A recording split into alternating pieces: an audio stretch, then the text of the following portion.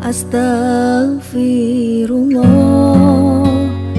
Alhamdulillah wassalatu wassalamu ala Rasulillah wa ala alihi wa sahbihi wa mawalah wa la hawla wa la quwata illa billahi wa ba'du. Alhamdulillah, di malam hari ini kita bisa kumpul di Kaila Catering ini, dan kita doakan semoga pemiliknya yang sedang umroh ini dijaga oleh Allah Subhanahu wa Ta'ala sehingga bisa pulang dengan selamat. Amin ya rabbal alamin. Salawat dan juga salam kita hadiahkan kepada Rasul kita Nabi besar Muhammad sallallahu alaihi wa ala alihi wasallam. Pembahasan di malam hari ini pembahasan yang sangat sederhana tentang doa supaya kita terhindar dari hutang, dan yang punya hutang supaya cepat dilunasi Allah hutang-hutangnya. Jadi ini kita akan membahas satu doa penting ini. Doa ini antum bisa baca di pagi dan juga di petang hari. Ma'asyiral muslimin yang dimuliakan Allah Subhanahu wa Ta'ala, dahulu di zaman Nabi sallallahu alaihi wasallam, Nabi sallallahu alaihi wasallam suatu ketika berjalan dari rumahnya menuju masjid. Rupanya di masjid itu ada anak muda yang sedang murung. Nampak kesusahan di wajahnya. Karena biasanya orang yang susah itu nampak murung durja di wajahnya. Sehingga Nabi Shallallahu Alaihi Wasallam bertanya kepada anak muda ini namanya Abu Umamah radhiyallahu anhu. Nabi heran, kenapa? Karena anak muda ini duduk di pojok masjid bukan di waktu sholat, tapi di waktu duha. Karena biasanya di waktu duha di zaman itu kan orang sibuk berniaga, yang punya kebun sibuk dengan kebunnya, yang bekerja sibuk dengan kerjanya. Sama juga hari ini juga sama, waktu duha itu waktu sibuk-sibuknya orang kerja kan. Mulai dari jam 7 sampai jam 12 itu orang sibuk. Yang ke kantor ya ke kantor, yang kerja di jalan raya, yang punya sawah ya ke sawah, yang ke ladang ke ladang. Jarang orang itu kalau pagi-pagi jam 7 sampai jam 11 itu ke masjid. Kecuali orang tertentu saja datang ke masjid itu. Makanya Nabi Shallallahu Alaihi Wasallam heran dan mengatakan, araka jalisan fil masjid min ghairi waqti shalah. Ada apa dengan kau wahai Abu Umamah? Ini bukan waktu salat, kenapa kau duduk di sini? Harusnya kau kerja. Maka kata Abu Umamah radhiyallahu anhu mengatakan, humumun lazimatni ya Rasulullah wa duyun. Susah yang tidak bisa lepas dari kepalaku wahai Rasul, dan hutang yang menumpuk yang tidak bisa kulunasi. Maka Nabi Shallallahu Alaihi Wasallam mengatakan, ya Aba Umamah, maukah ku ajarkan kepadamu doa yang kalau engkau baca di pagi dan petang hari, maka Allah Subhanahu wa Ta'ala akan hilangkan kesusahanmu dan Allah akan lunasi hutang-hutang. Tentu orang susah dikasih solusi kan langsung tanggap. Tentu wahai Rasul. Doa apa itu? Tolong ajarkan kepadaku. Maka Nabi Shallallahu Alaihi Wasallam mengajarkan kepada Abu Umamah, ya Aba Umamah, bacalah apabila engkau berada di pagi dan petang hari doa ini. Allahumma inni a'udzubika minal hammi wal hazan wa a'udzubika minal ajzi wal kasal wa a'udzubika minal jubni wal bukhli wa a'udzubika min ghalabatid daini wa qahrir rijal. Hafal doanya ya. Nanti kita tulis lah ya. Jadi di sini Nabi Shallallahu Alaihi Wasallam meminta kepada kita untuk berdoa berlindung dari 8 perkara. Jangan sampai 8 perkara ini menyerang hati setiap kita. Sebab kalau kita diserang dengan 8 perkara ini, hidup kita tidak akan kokoh. Hidup kita akan lemah. Hidup kita akan sengsara dan susah. Maka minta kepada Allah, jangan sampai 8 perkara ini ada pada kita. Yang pertama dan kedua, Rasul mengatakan dan mengajarkan doa kepada kita, Allahumma inni a'udzubika minal hammi wal hazan. Ya Allah, aku berlindung kepadamu dari kesusahan dan dari duka cita. Orang susah itu akan menggelapkan pikiran. Kalau orang susah kan susah juga pikiran kita kan. Dan biasanya orang susah itu susah untuk berpikir. Dan saya yakin setiap kita pasti mengalami kesusahan ini. Masalahnya macam-macam orang susah itu. Entah karena hutang dia susah, entah karena urusan rumah tangga suami istri mau bercerai akhirnya susah, entah karena anak-anaknya nakal dia pun susah, entah karena mau nikah nggak dapat jodoh pun dia susah, akhirnya menjomblo jadi bujang lapuk, susah juga hidup akhirnya. Jadi susah itu macam-macam. Ada yang ditimpa penyakit berkepanjangan tak sembuh-sembuh, susah juga dia. Sampai ada orang-orang yang saking susahnya mau mengakhiri hidupnya. Kan banyak. Lantaran susah ekonomi, minum racun, mati dia. Seperti banyak kan kasus-kasus di YouTube itu. Berita-berita satu keluarga diracun sama orang tuanya supaya mati semuanya. Kenapa alasannya? Karena kesusahan ekonomi. Begitulah orang susah tidak bisa berpikir. Padahal setiap permasalahan itu bukan berarti tidak bisa diuraikan, bisa. Tidak ada benang yang kusut kecuali bisa diuraikan. Tidak pula ada air yang keruh kecuali bisa dijernihkan. Masalah apapun itu pasti ada jalan keluarnya. Makanya kenapa penyakit susah ini bahaya. Bahaya orang kalau susah itu gelap pikiran, tidak bisa berpikir. Makanya kita berlindung dari susah ini. Jangan sampai ditimpa kesusahan. Karena orang susah itu tidak bisa berpikir. Jalannya pun akan doyong, pandangannya pun tidak akan jauh. Orang susah itu pokoknya susah segalanya ya. Minta kepada Allah jangan ditimpa kesusahan. Kemudian yang kedua, wal hazan. Hazan itu artinya duka cita, sedih. Mungkin dulu dia punya orang tua belum berbakti kemudian meninggal, sedih kepikiran dengan orang tua. Mungkin dulu yang punya anak meninggal anaknya, melihat tetangganya punya anak banyak, terpikir coba anak saya masih hidup sudah besar, rasanya enak, susah dia akhirnya, duka cita, sedih ya. Dulu punya rumah kena gempa habis, sedih dia terpikir. Jadi sedih ini biasanya memikirkan sesuatu yang sudah berlalu, kepikiran jadi sedih dia. Kalau susah itu biasanya kepikiran menghadapi yang akan datang, jadi susah pikirannya. Memandang pendidikan anaknya nanti ke masa depan, cemana anak saya gitu kan.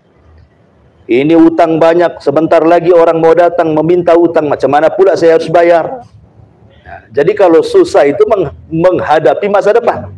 Tapi kalau sedih itu bicara tentang masa lalu biasanya. Terkenang dengan yang lalu-lalu.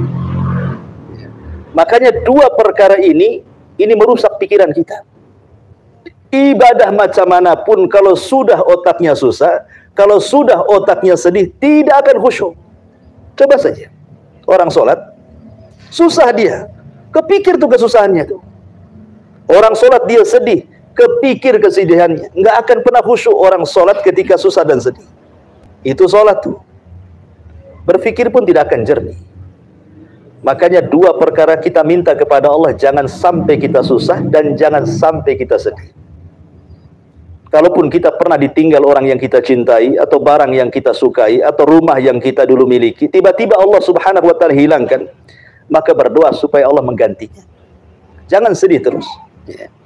Ini 1 dan 2. 3 dan 4, Nabi SAW mengajarkan kembali, Allahumma inni a'udzubika minal ajzi wal kasali. Ya Allah, aku berlindung kepadamu dari kelemahan dan juga kemalasan. Ini bahaya. orang lemah itu cita-citanya tinggi, tapi tidak bisa diraih karena kelemahannya. Tapi orang malas terbalik. Dia sanggup untuk meraih cita-cita, tetapi tidak punya keinginan untuk meraihnya. Malas dia. Dua-duanya tidak akan kecapai. Anda punya angan-angan, punya cita-cita tinggi sekalipun, orang lemah tidak akan bisa meraihnya. Orang malas pun tidak bisa meraihnya. Anda ini terpikir pengen punya rumah, punya kendaraan yang bagus, punya mobil, punya motor yang bagus gitu ya. Tapi kalau seandainya kita lemah, entah karena sakit sehingga tidak bisa bekerja mencari uang, ya kan? Entah karena banyak masalah akhirnya badannya tidak bisa bergerak gitu ya, sehingga hanya angan-angan saja pengen kerja, tapi tidak kerja-kerja. Maka selamanya cita-cita itu tidak akan teraih kan? Ataupun orang yang malas gitu, sebenarnya dia bisa kerja, dia sehat, punya skill, dia bisa melangkah itu, tapi tak punya keinginan, malas. Apalah yang dilakukan orang malas itu, ikhwan? Duduk saja, termenung, tidur, itulah kerjanya orang malas tuh. Ya. Kita berlindung dari dua perkara ini. Jangan sampai lemah dan jangan pula sampai malas. Sering saya contohkan, panggilan azan saja di masjid itu. Kalau orang lemah, dia pengen ke masjid tapi tidak bisa. Kenapa? Boleh jadi dia sakit. Pengen ke masjid itu berjamaah, tapi tidak bisa. Kakinya tidak bisa dilangkahkan. Boleh dia stroke, asam urat, gula, dan begitu seterusnya. Tidak bisa dia sampai ke masjid. Padahal masjidnya sebelah rumah. Tapi ada yang bisa melangkahkan kakinya. Tinggal 2 langkah dia ke masjid. Tidak akan bisa. Berlindung kepada Allah, jangan sampai malas. Berlindung kepada Allah, jangan sampai lemah. Ya. Ini yang ketiga dan keempat. Yang kelima dan keenam, Nabi mengatakan, Allahumma inni a'udzubika minal jubni wal bukhli. Ya Allah, aku berlindung kepadamu dari sifat pengecut dan juga dari sifat bakhil. Orang bakhil ini bahaya, dan orang pengecut ini bahaya. Dan orang pengecut ini bahaya.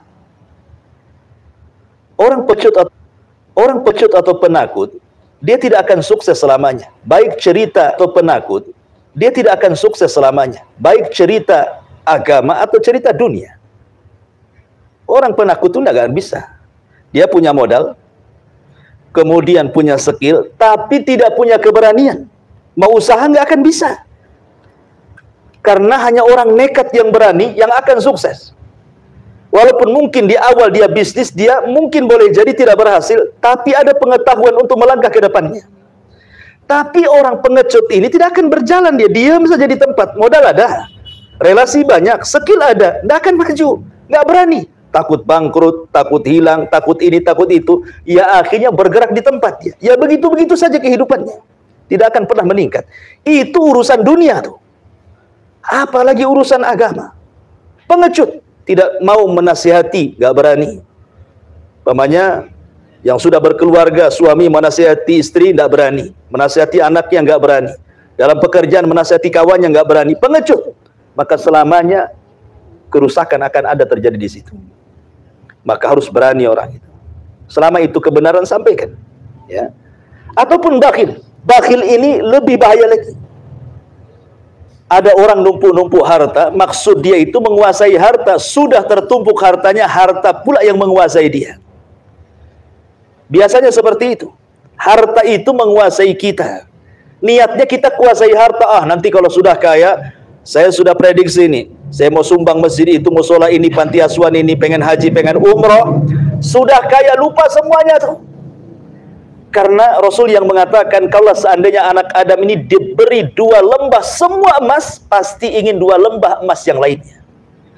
Karena Allah yang mengatakan, jama'a malahu wa addada yahsabu anna malahu akhladah. Kalau orang suka ngitung kekayaan, umpamanya punya kos-kosan 5 pintu, sebelahnya ada tanah kosong tuh. Sudah kepikir itu tanah punya siapa tuh? Bisa dibeli, nambah lagi tuh kos-kosannya ke sebelah, kan gitu ya. Terpikir ke situ tuh. Kepengen punya mobil, tak pala Corolla lah. Ya, mobil kompet pun jadilah, yang penting punya mobil. Sudah dapat mobil itu, nengok pula mobil ada yang tahunnya lebih tinggi lagi. Kapan dia punya duit? Bisa tukar tambah lah dengan mobil itu. Nanti sudah punya lagi, pengen lagi seperti itu. Itulah dunia menguasai kita. Makanya hadis Rasul mengatakan, ta'isa abdu dinar wa ta'isa abdu dirham. Celaka hamba-hamba dinar, dirham, rupiah, dolar, ringgit, dan begitu seterusnya. Karena ada orang yang niatnya menguasai harta, justru harta pula yang menguasai dirinya. Makanya ketika itu pasti bakhil. Orang kalau sudah dikuasai harta, pasti dia bakhil. Tidak mungkin dia menjadi orang yang dermawan, itu mustahil. Lihat Qarun. Qarun ini ulamanya Bani Israel. Kalau dia baca kitab Taurat Nabi Musa itu indah suaranya. Suka Bani Israel kalau Qarun membaca Taurat itu. Indah sekali, sampai-sampai julukannya disebut Munawwir. Saking indahnya suara kalau dia ngaji Taurat tuh. Qarun dipuji suaranya. Datang kepada Nabi Musa, ya Musa tolonglah doakan kepadaku. Ada enggak amalan-amalan yang bisa mendatangkan rizki kepadaku? Musa pun kemudian membekali dengan doa Ismul A'zam, nama-nama Allah yang agung. Akhirnya dibukakan dunia kepada Qarun. Sudah kaya, datang syariat Musa meminta zakat. Apa kata Qarun? Enak saja orang itu minta zakat katanya. Innama utitu min ilmin indi. Ini kekayaan ini hasil daripada kecerdasanku. Kalau aku tidak cerdas, tidak mungkin kaya. Padahal dia tidak sadar bahwa harta itu titipan Allah. Kalau Allah mau mengambilnya, bisa saja kapan saja. Begitulah orang bakhil. Lebih celakanya, sampai bakhil ini bukan hanya sekedar harta. Sampai kepada orang bakhil, senyum pun bakhil. Ada orang yang senyum bakhil tuh. Tidak mau dia senyum. Senyum itu kalau ada maunya saja dia. Ya. Nampak nih senyum-senyum, ada apa? Biasa pun tak senyum. Ah, ini ada apa-apa nih? Ada udang di balik batu nih. Ada orang yang bakhil sampai senyum pun tidak mau. Ya, jadi maunya itu serius saja wajahnya gitu ya. Bahkan ada yang lebih parah, bukan hanya bakhil kepada orang lain, sampai sama dirinya sendiri dia bakhil. Uangnya banyak, pakaiannya compang-camping. Makannya kentang rebus. Dia bisa lah beli makanan yang enak. Kan itu. Karena khawatir kalau dia belikan ini, belikan itu, makan ini, makan itu, habis duitnya. Bakhil. Sama dirinya sendiri dia bakhil. Kalau sama dirinya dia bakhil, sama orang lain lebih bakhil lagi lah kan gitu ya. Jadi bahaya ini sifat kikir dan bakhil ini. Makanya Rasul meminta kepada kita untuk berlindung dari sifat pengecut dan juga bakhil. Ini yang keempat yang pembahasan kita. Allahumma inni a'udzubika min ghalabati daini wa qahri rijal. Ya Allah, aku berlindung kepadamu, jangan sampai ditimpa dengan pengaruh hutang. Jangan sampai ditimpa pengaruh hutang. Ataupun jangan sampai dikuasai manusia. Hutang ini repot ikhwan. Karena Nabi SAW yang mengatakan, awwaluhu hammun, wa akhiruhu harbun. Hutang ini awalnya kesusahan. Orang kalau punya hutang susah hidupnya. Apalagi kalau hutangnya besar, waktu melunasinya sudah dekat, uang untuk melunasinya pula tak ada. Apa enggak stres itu? Malamnya saya pastikan tidak akan tidur. Kalaupun tidur, mimpinya pasti ketemu debt collector tuh. Itu pasti tuh. Udah kepikiran tuh. Ya, karena kadang-kadang mimpi itu karena banyak berpikir sehingga masuk ke dalam mimpi itu. Sampai mimpinya dikejar-kejar sama orang yang dihutangi. Makanya Rasul mengatakan awwaluhu hammun. Orang yang punya hutang itu awalnya pasti stres, bingung. Ya, cemana ini kan ini. Wa akhiruhu harbun. Dan akhirnya pasti perang. Perang dengan orang yang kita pinjam hutangnya. Kadang-kadang di negeri kita ini yang payah, yang sangar itu yang berutang. Yang marah-marah itu yang berutang biasanya. Harusnya yang marah itu yang ngutangi kan begitu. Uangku diambil kamu, kenapa kau pula yang marah kan gitu ya. Kan aneh. Betapa banyak orang yang nagih hutang kemudian dimaki-maki sama orang yang hutang tuh. Kamu lagi. Sudah saya bilang saya nggak ada duit. Lah datang dia pinjam hutang, subhanallah. Pujiannya tingkat tinggi. Oh kamu ganteng, kamu cantik, kamu baik, tolonglah pinjamkan.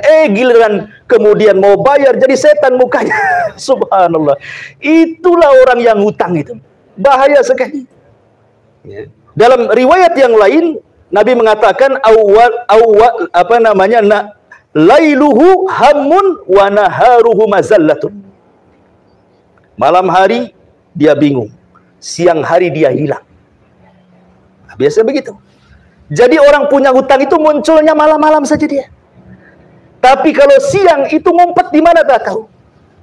Sampai-sampai ada orang yang lagi hutang itu, bapaknya itu sudah nampak tuh di gorden atau ibunya. Nak bilang, nak, bapak tak ada, ibu tak ada, anaknya pula bakhlun, anaknya pula tolol gitu.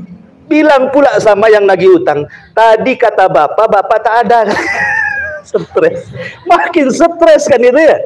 Makanya orang punya hutang itu biasanya stres di awal, hilang pula siang-siang, hilang pokoknya. Munculnya itu di malam hari saja kayak setan dia. Ya. Nampak di malam hari, hilang di siang hari. Karena takut dikejar-kejar orang. Makanya penyakit hutang ini luar biasa. Nabi SAW sampai tidak mau nyelati orang yang terlilit hutang sampai dia bayar. Ya, makanya ngeri. Kita berdoa kepada Allah Azza wa Jalla, jangan sampai kita dikuasai hutang. Karena hutang itu seperti itu jadinya. Kemudian wa qahrir rijal, dan jangan dikuasai dengan hutang budi. Kalau itu hutang uang, ini pula hutang budi. Sebab kalau hutang budi itu kita dikuasai orang. Cobalah nasihati tuh kawanmu itu, tidak bisa. Dia terlalu baik sama saya, tak berani saya. Nah, akhirnya nggak berani sama orang itu kan, karena terlampau banyak hutang budinya sama kita. Akhirnya kita nggak berani menegur dia. Akhirnya kita tidak pernah merdeka. Pada negeri kita ini sudah merdeka 45 tahun yang silam. Tidak merdeka-merdeka kita ini. Karena dikuasai orang. Jangan sampai dikuasai orang. Seperti orang mengancam kita akan dibunuh, kepikiran terus. Ya. Karena kita merasa takut dengan orang. Jangan pernah takut dengan orang. Takutlah kepada Allah. Jangan sampai dikuasai orang. Ini dua penyakit bahaya. Terpengaruh dengan hutang. Dan jangan sampai dikuasai orang. Kemudian kata Abu Mama, setelah dia membaca doa ini pagi petang, dia mengatakan, demi Allah setelah aku rutinkan bacaan ini, azhaba anni hammi wa qada anni daini. Rupanya Allah hilangkan kesusahanku dan Allah lunasi seluruh hutang-hutangku.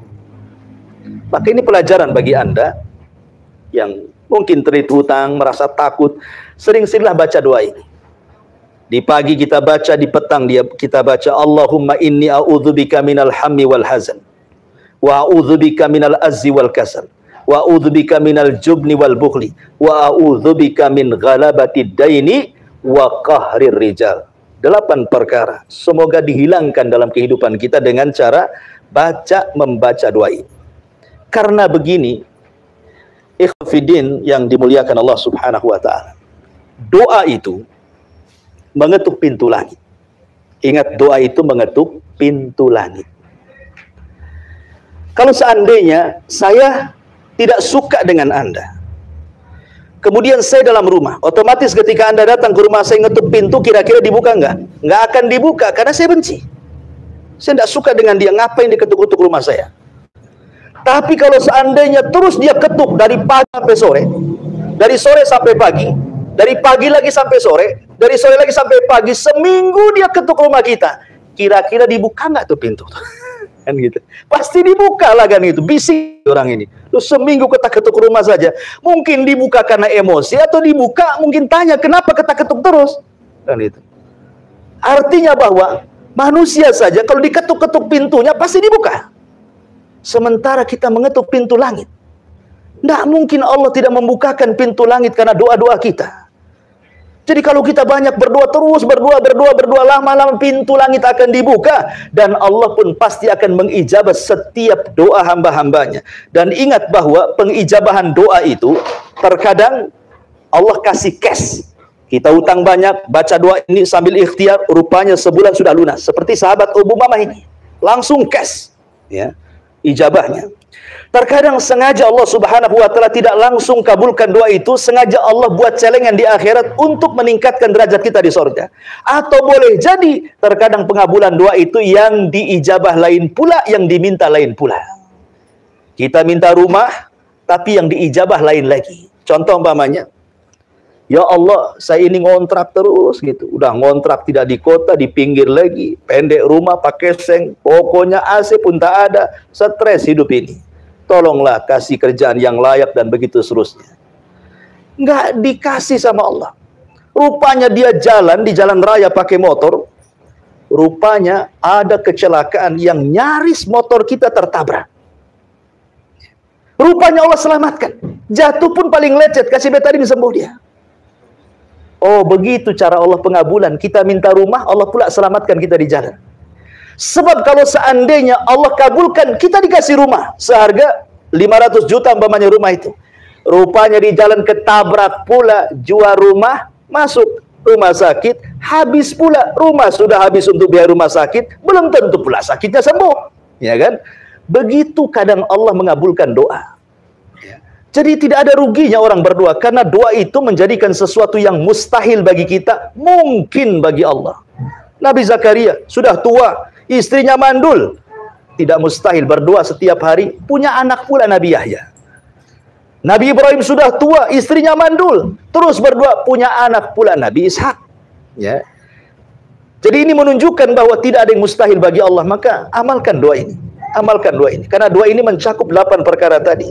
Kita berlindung dari susah, kita berlindung dari duka cita, kita berlindung dari kelemahan, kita berlindung dari kemalasan, kita berlindung dari kepengecutan, kita berlindung dari kebakhilan, termasuk berlindung dari terpengaruh hutang dan juga terkalahkan oleh kesewenang-wenangan manusia kepada kita.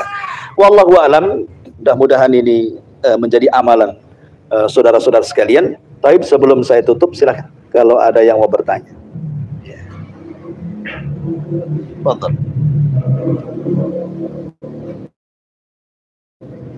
Ya ada? Alhamdulillah. Makin cepat makin baik gitu ya. Subhanakallah bihamdika asyhadu an la ilaha illa anta astaghfiruka wa atubu ilaik. Allah taala. Assalamualaikum warahmatullahi wabarakatuh.